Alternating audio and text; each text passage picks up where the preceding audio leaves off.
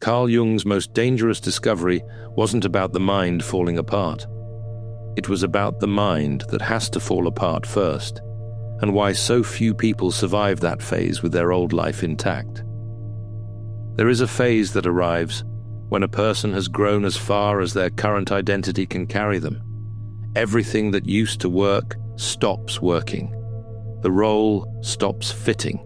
The ambitions go quiet, and the person going through it becomes convinced that something has gone badly wrong with them. The alchemist Jung spent 30 years studying had a name for the beginning of it. They called it the nigredo, the blackening. Jung found that name in their books because he had already lived through the thing it describes. I call the whole passage the nigredo passage. Jung called this phase dangerous because the people inside it consistently mistake it for a breakdown, not because they are unstable, but because nobody ever told them that the dismantling comes before the building. Today, I'll show you the 5 stages Jung documented, how to recognize which one you are standing in right now, and what to actually do there. Because this phase either destroys you, or it turns out to have been the only process that was ever going to make you whole. In 1913, Carl Jung was 38 years old and had everything a psychologist of that era could want. He was Freud's chosen successor, president of the International Psychoanalytic Association, a lecturer at the University of Zurich, with a growing private practice and a house on the lake. Then, the relationship with Freud ended, and what happened to Jung in the 5 years that followed is the most thoroughly documented case of this phase that exists anywhere, for one simple reason. The man it happened to was a clinician, and he wrote all of it down. Here is how he described the beginning, in his own words. After the parting of the ways with Freud, a period of inner uncertainty began for me. It would be no exaggeration to call it a state of disorientation. I felt totally suspended in midair, for I had not yet found my own footing. Suspended in midair, not ill, not broken, without footing. He gave up his lectureship at the university. He stepped away from the movement that had been his professional home for years. He stopped bringing any theory at all into the consulting room, because the theory he had been using was no longer his to use. And in October of 1913, he began having waking visions. A flood drowning northern Europe, rivers of blood. Then he wrote down the conclusion he reached about himself, and it is the kind of sentence a psychiatrist does not write lightly. I drew the conclusion that they had to do with me myself, and decided that I was menaced by a psychosis. Hold on to that line, because it is the hinge of this entire video.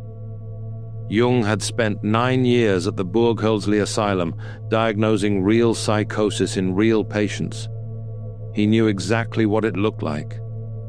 And when he turned that trained eye on himself, he concluded he was losing his mind. He was not. 45 years later, near the end of his life, he assessed the same period one more time.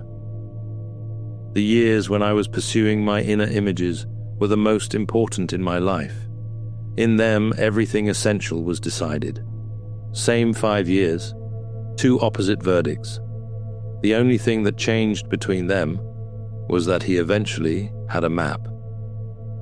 Some nights the screen is the wrong place for this. If you'd rather just listen, Surreal Mind is on Spotify now, the words, "In the Dark," wherever you are. Links in the description. Because a claim this large should not rest on one man's memoir. Therefore, it is worth asking what modern psychology found when it walked into the same territory. Erik Erikson, working decades after Jung, built an entire developmental model on the observation that identity is not settled once and then kept.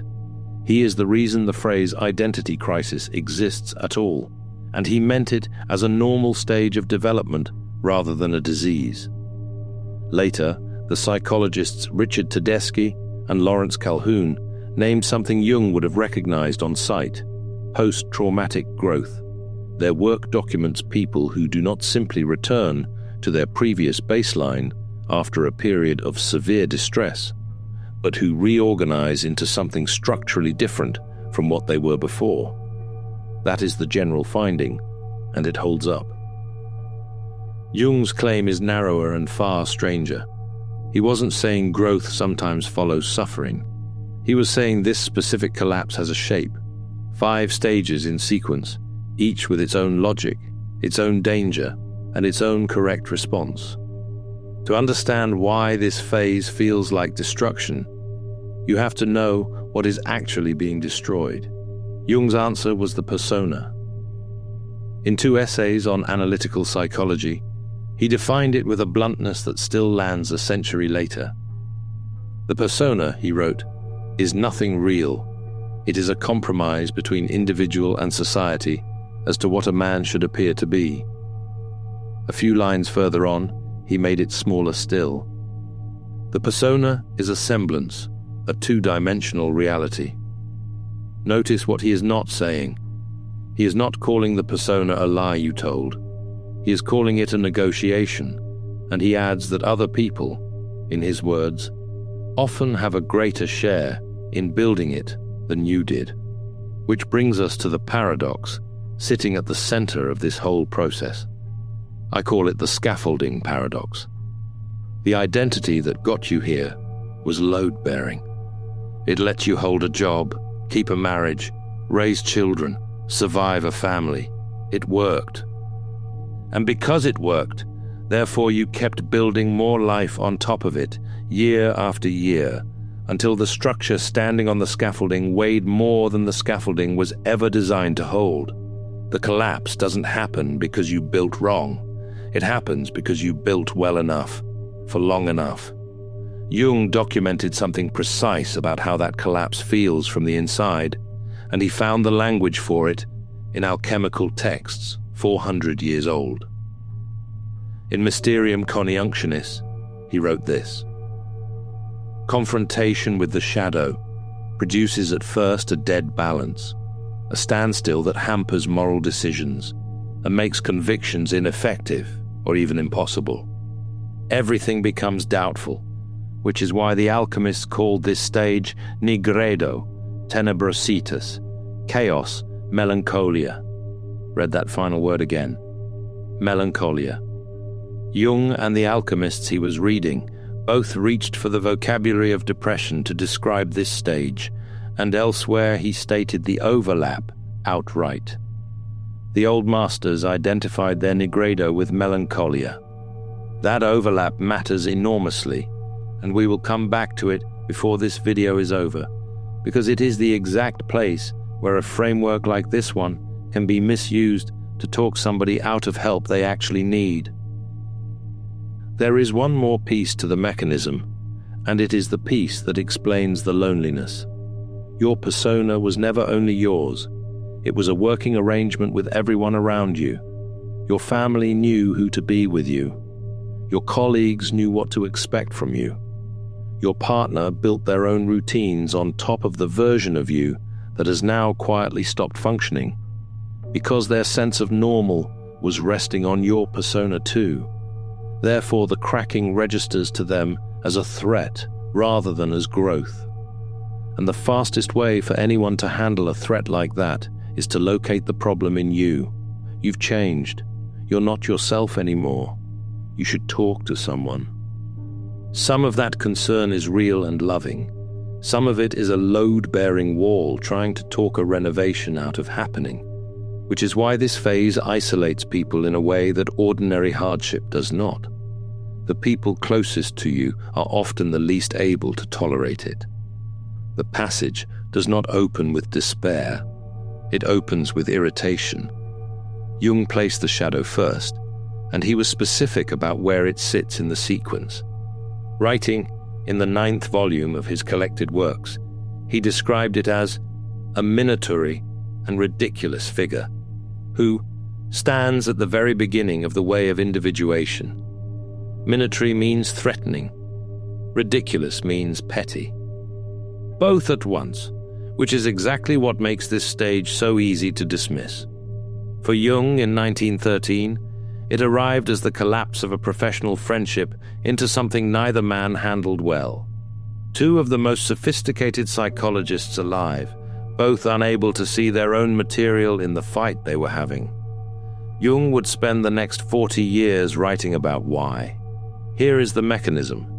The shadow is everything about yourself that your persona had to leave out in order to stay coherent. And because a rejected trait does not stop existing when you stop looking at it, therefore it comes back to you the only way it can, attached to other people. This is why the first stage of a collapse looks so much like everyone else suddenly getting worse. 3 signs you are standing here. 1. Small comments from people produce reactions in you that are wildly out of proportion to the comment. 2. You keep meeting the same infuriating quality in different people, in different settings, as though it were following you. 3. You feel a private, slightly shameful relief when somebody else gets blamed for something instead of you. Don't try to fix your reactions here. Collect them. I call the practice the shadow ledger, and it takes about a minute a day. Every time somebody produces irritation in you out of proportion to what they did, write 1 line. What happened? And the exact word you reached for to describe them. Arrogant, needy, sloppy, fake. Then do nothing else for a week. No interpreting and no confronting. At the end of the week, you will be looking at a list of 2 or 3 words, repeated in different handwriting on different days. Those repeated words are not a description of the people around you. They are a description of the material your persona was built to exclude. Comment: I see my shadow in my irritation if you have already recognized your word. Stage 1 is uncomfortable. Stage 2 is the one people mean when they say everything fell apart. Because the shadow keeps returning material the persona cannot accommodate, therefore the persona itself starts to give way. And Jung was clear about what that costs because he had already told us the persona was a compromise with the outside world. When it goes, the whole negotiated arrangement with reality goes with it. This is the nigredo proper, the blackening, the stage the alchemists filed under melancholia. For Jung, this was the suspended in mid-air period. He resigned his position at the university. He had no theory, no professional home, and no clear reason to trust his own judgment about anything. A man who had built his entire identity on being the most promising mind in a new science had no science to be promising in. 3 signs you are standing here. 1. You have started asking who you are without your role, and you cannot produce an answer that convinces you. 2. Ordinary decisions have become strangely difficult, not the large ones. What to eat, whether to answer a message. 3. The things that used to motivate you still make sense on paper and no longer move you at all. Now the responsible part, and this is where most videos on this subject fail their audience badly. Jung and the alchemists both use the word melancholia for this stage. That is not a coincidence, and it is not decoration. The identity void of stage 2 and clinical depression overlap in how they feel from the inside, and no framework, including this one, can tell them apart for you. So here is the line. An identity crisis empties out your sense of who you are. Depression empties out your capacity to function and, at its worst, your sense that any of it is survivable. If what you are living through includes hopelessness that does not lift, thoughts of ending your life, or an inability to carry out ordinary daily tasks, that is not a stage to be sat with patiently. That is a signal to involve a professional. Jung himself, in this exact period, was doing the equivalent. He kept working, he kept his family, and he had colleagues who knew where he was. Assuming you are in the ordinary version of this stage, there is one practice worth having. When the void feeling spikes, stop and name 5 things that are physically present, out loud: the chair, the window, the sound of the radiator. Nothing profound about it, and nothing Jungian either. It puts your attention back into a body that is still working perfectly well, while the identity built on top of it gets rebuilt. Use it as often as you need to. Something happens after the persona gives way, and Jung stated the causal link outright. One result of the dissolution of the persona, he wrote, is a release of involuntary fantasy. Then he named the consequence. As the influence of the collective unconscious increases, so the conscious mind loses its power of leadership. In plain terms, the structure that had been filtering your inner life is gone, and the contents arrive unfiltered. For Jung, between 1913 and 1916, this meant an unrelenting flood of images, dreams, and inner figures.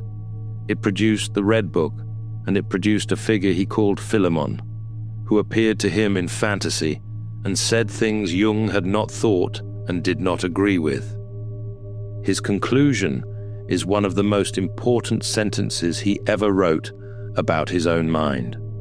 Philemon and the other figures brought home to me the crucial insight that there are things in the psyche which I do not produce, but which produce themselves and have their own life. He also described the cost, with no romance attached. I was living in a constant state of tension, he wrote. Often I felt as if gigantic blocks of stone were tumbling down upon me. One thunderstorm followed another. My enduring these storms was a question of brute strength. 3 signs you are standing here. 1. Your dreams have become unusually vivid, or unusually symbolic, or they have started to feel consequential in a way dreams normally are not. 2. Images, phrases, or ideas arrive with a quality of not being entirely yours. 3. You feel pulled towards something you cannot yet name or justify to anyone. And here is the distinction the rest of this genre skips entirely, which Jung raised in himself and answered honestly. He thought he was menaced by a psychosis. He was wrong. But the reason he was wrong has nothing to do with the fear being unreasonable. 3 specific things stayed true of him the whole way through. 1. He never stopped functioning. He kept his practice, his family, his military service, his correspondence. His outer life stayed intact the whole time. 2. He was fully grounded in ordinary reality between episodes. He knew the figures were inner figures. He never once believed Philemon was standing in his garden. 3. His relationship to the material was curiosity, not obedience. He was investigating it, not taking instructions from it. Where those 3 do not hold, the description changes. A persistent break from shared reality, an inability to function, or inner content that is issuing commands and being obeyed. That is not a stage in a passage. That is a medical situation, and the correct response is a clinician. Quickly, not a notebook. Jung's own containment method is worth stealing, because he wrote down exactly how he did it. I was frequently so wrought up that I had to do certain yoga exercises in order to hold my emotions in check, and critically, he did them only until I had calmed myself enough to resume my work with the unconscious, not suppressing the material, not drowning in it, regulating his body just enough to stay in the room with it. The take-home version is what I call the dream ledger, one image on waking, written down in a single line, no interpretation attached, not what it means, just what it was. You're building a record while you're inside a stage that will not let you evaluate it clearly. If your dreams have gotten louder this year, comment, the images are arriving. Stage 4 is the one that frightens the people around you more than any of the others, because it is the stage where you visibly become somebody else. Jung described the law behind it, and he was scrupulous about the credit, which is worth noting given how often this idea gets attributed to him alone. His words, Old Heraclitus, who was indeed a very great sage, discovered the most marvelous of all psychological laws, the regulative function of opposites. He called it Enantiodromia, a running contrariwise, by which he meant that sooner or later everything runs into its opposite. The controlled become chaotic, the rigid become fluid, the relentlessly rational discover they cannot stop reading myth. Nothing about this is a relapse. It's a system that has been overweighted in one direction for decades, correcting itself with the only force available to it, which is the entire accumulated weight of everything you excluded. Jung lived this one in public. The empiricist, Freud's heir, the man building a natural science of the mind, spent those years painting mandalas, holding conversations with inner figures, and writing a book in red leather in a deliberately archaic voice. He knew how it looked. He wrote that the archetypes speak in the language of rhetoric, even of bombast, that he found the style embarrassing, and that he had no choice. And this is where two men who entered the same territory came out differently. Jung named the failure case himself, in the same passage where he described being crushed by stone. Others have been shattered by them, he wrote. Nietzsche and Hölderlin and many others. Elsewhere, he was even more direct about the mechanism, saying that being torn asunder into pairs of opposites was what Nietzsche experienced at the onset of his malady. In January of 1889, in a square in Turin, Nietzsche collapsed. He never recovered. The opposite arrived, and there was nothing holding the other side. Jung went into the same material and came out. And he told us what the difference was in one of the most useful sentences in his entire body of work.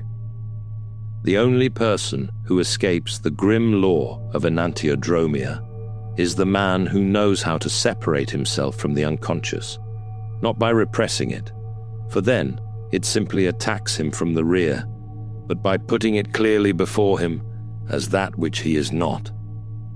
Read that carefully, because it is a technique, not a comfort, not repression, not identification, separation.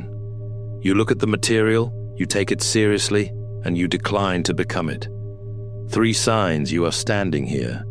1, you have started wanting or doing the precise opposite of what used to define you. 2, the people who knew the old version of you find this alarming and say so. 3, it feels less like making a change and more like being taken over. The practice for this stage is one question, and it is worth sitting with for longer than it takes to read. Which single trait have you been overcorrecting on for the last 10 years? Not your worst quality, the one you have been most determined never to be, because whatever that answer is, therefore that is the direction the swing is coming from, and knowing it in advance is the difference between being surprised by yourself and being able to watch it happen. Comment, my opposite is teaching me something, if you know which trait yours is. Nobody warns you about stage 5, and it disorients people more than the stages that hurt. The storm stops, and what replaces it isn't relief or clarity or a new identity, but a long, flat quiet that feels suspiciously like nothing happening at all. The alchemists had a name for this too, and Jung tracked it carefully. After the nigredo comes the albedo, the whitening. He described the sequence as the transformation of the nigredo into the albedo, of unconsciousness into illumination, and quoted their own summary of the passage, which is one of the better descriptions of this whole process ever written. In the beginning, wretchedness with vinegar. In the end, joy with gladness. But notice what sits between those two. Not celebration, a washing. A slow, uneventful process with nothing dramatic in it at all. Jung's own stage 5 is dated precisely, and it is the least cinematic part of his story. It was only toward the end of the First World War that I gradually began to emerge from the darkness. In 1918 and 1919, stationed at Château d'Aux as commandant of a British internment camp, he sketched one small circular drawing every morning in a notebook and used them to track his own state day by day. Not visions, not revelations, a daily sketch for months. And out of that unremarkable routine came the conclusion that reorganized his understanding of the whole process. During those years, between 1918 and 1920, I began to understand that the goal of psychic development is the self. There is no linear evolution. There is only a circumambulation of the self. No linear evolution, only circling. Which means the flatness of stage 5 is the shape the process was always going to have, rather than a sign that it stopped. 3 signs you are standing here. 1. The crisis energy has gone, and you do not feel resolved. You feel settled, which is different. 2. You are strangely reluctant to make any large decisions right now. 3. You have less to say about what you have been through than you expected to.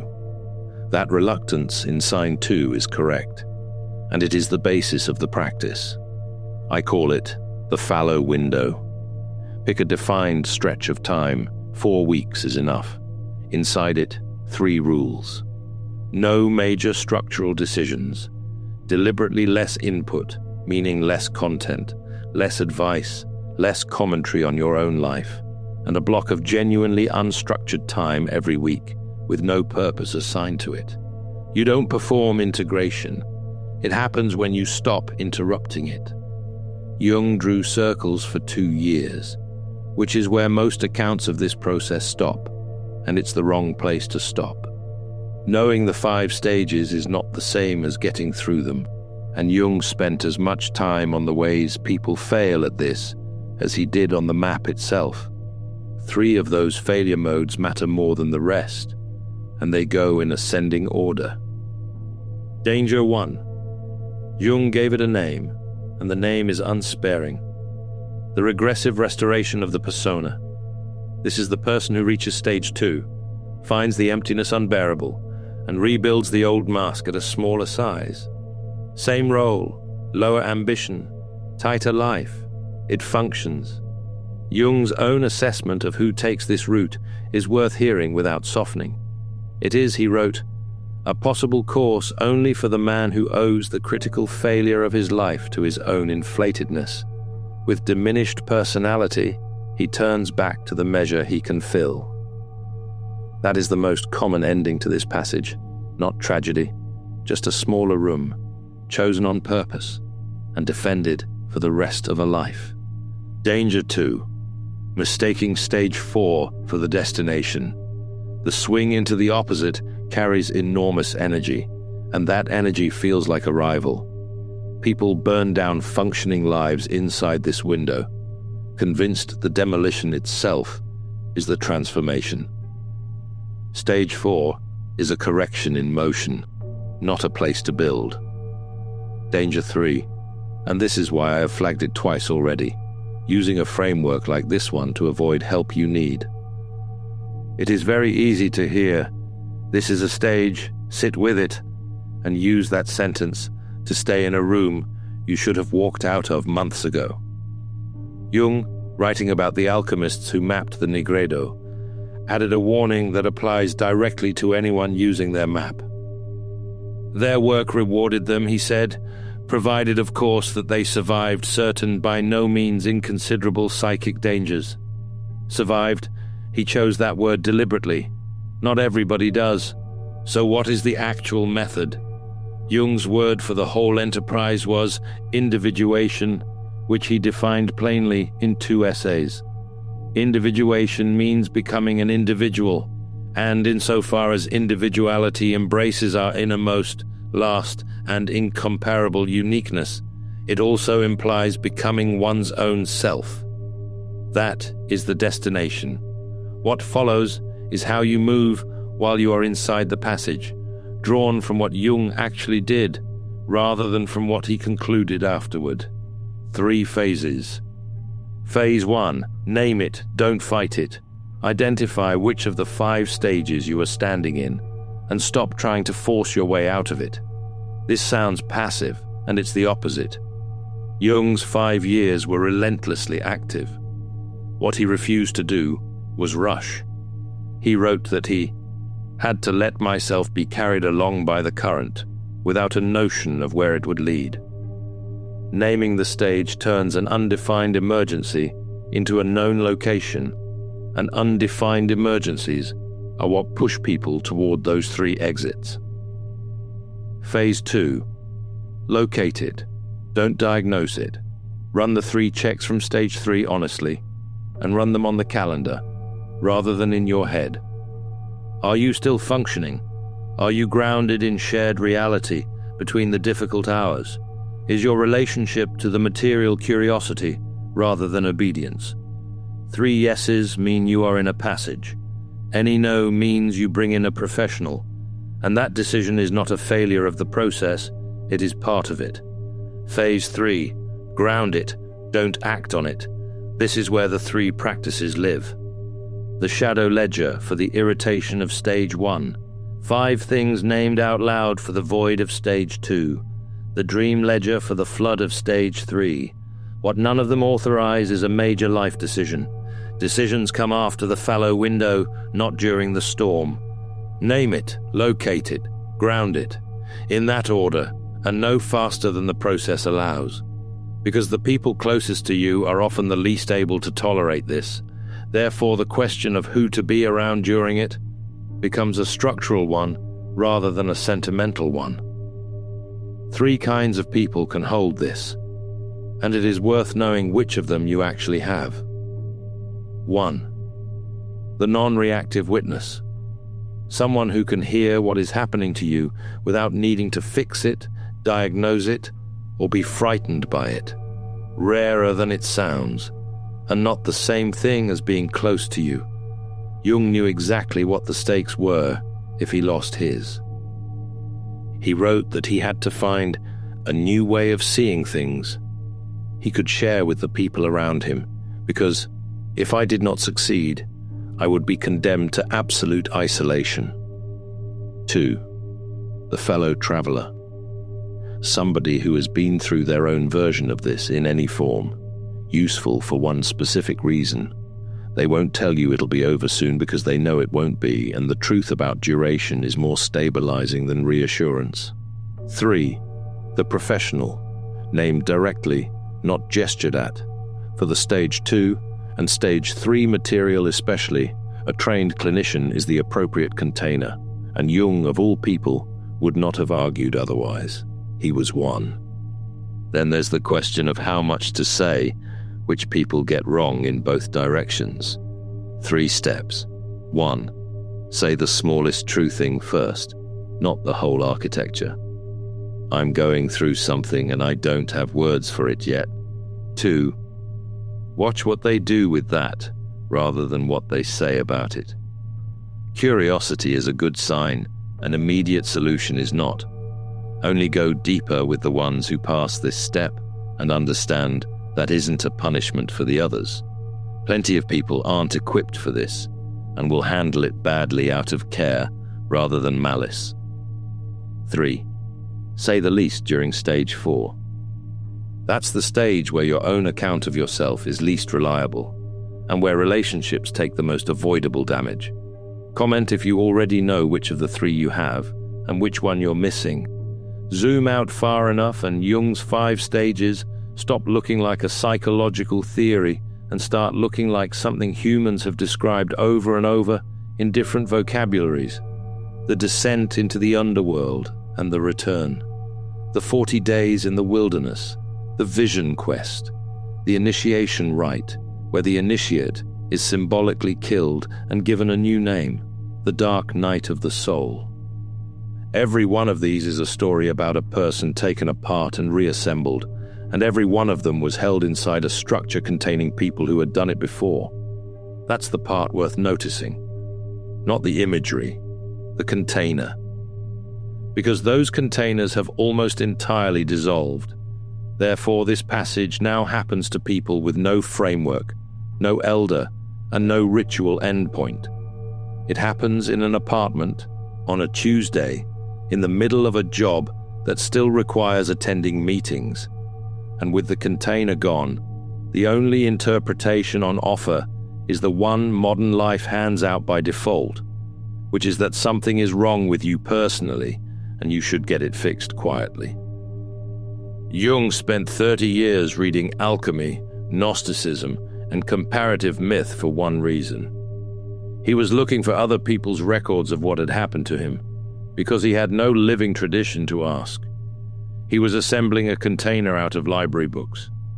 That's the real service the 5 stages perform. They give the thing a shape, a sequence, and an end. So let's put the whole passage back together, one line at a time. Your irritation isn't oversensitivity, it's your shadow surfacing, and it's carrying the material your persona had to leave out. Your disorientation isn't failure, it's the scaffolding paradox, doing exactly what it does when a structure outgrows what's holding it. Your strange dreams aren't a break from reality. They're what Jung called the release of involuntary fantasy, arriving because the filter went down. Your reversal isn't instability, it's Enantiodromia, a system correcting decades of overweighting in the only direction left. And your flatness isn't emptiness, it's the albedo, and it's the shape the process was always going to take, because there is no linear evolution, only circling. As for the man this happened to, in 1922, Jung bought a piece of land at Bollingen on the upper lake of Zurich, and in 1923 he built a simple round stone tower on it, with a hearth in the middle and no electricity. He added to it for the next 30 years. He wrote that the tower gave him a feeling as if I were being reborn in stone, and that it was a concretization of the individuation process. The man who in 1913 decided he was menaced by a psychosis ended up building a house out of the thing that nearly took him apart and living in it until he died.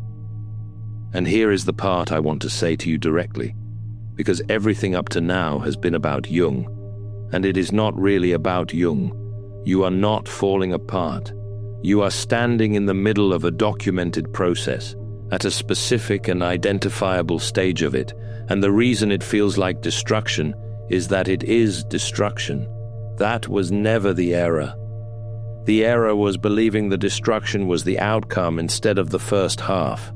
The identity coming apart was a compromise you negotiated a long time ago, largely with other people, to survive a situation you are no longer in. Losing it is not the end of you. It is the end of a version of you that was never going to be able to carry what you're becoming. This phase either destroys you, or it turns out to have been the only process that was ever going to make you whole. Jung spent 5 years not knowing which one it would be. He got the answer at the end, not in the middle. So will you. So tell me which one you're in. Stage 1, the shadow surfacing. Stage 2, the foundation cracking. Stage 3, the unconscious breaking through. Stage 4, becoming the opposite. Or Stage 5, the stillness. Put the number in the comments and read a few of the others while you're there, because the single most useful thing about that comment section is discovering how many people are standing exactly where you are. One more time, and I mean this. If what you're living through has taken your ability to function, or your sense that it's survivable, that belongs with a professional and not with a comment section, Jung had colleagues, get yours, and if you want to go further into this, the next one goes into the shadow itself, not the stage, the thing, what Jung actually meant by it, why he called integrating it the hardest work a person does, and why he placed it at the very beginning of the road rather than somewhere near the end. Thank you for watching. See you in the next dimension. Empaths aren't broken. They're alchemists in progress. The Alchemist's Path gives you drills, Jung-based boundaries, and 3 exclusive chapter videos to turn overwhelm into clarity. By Surreal Mind, 236-page downloadable ebook in stock. Begin now at thesurrealmind.com.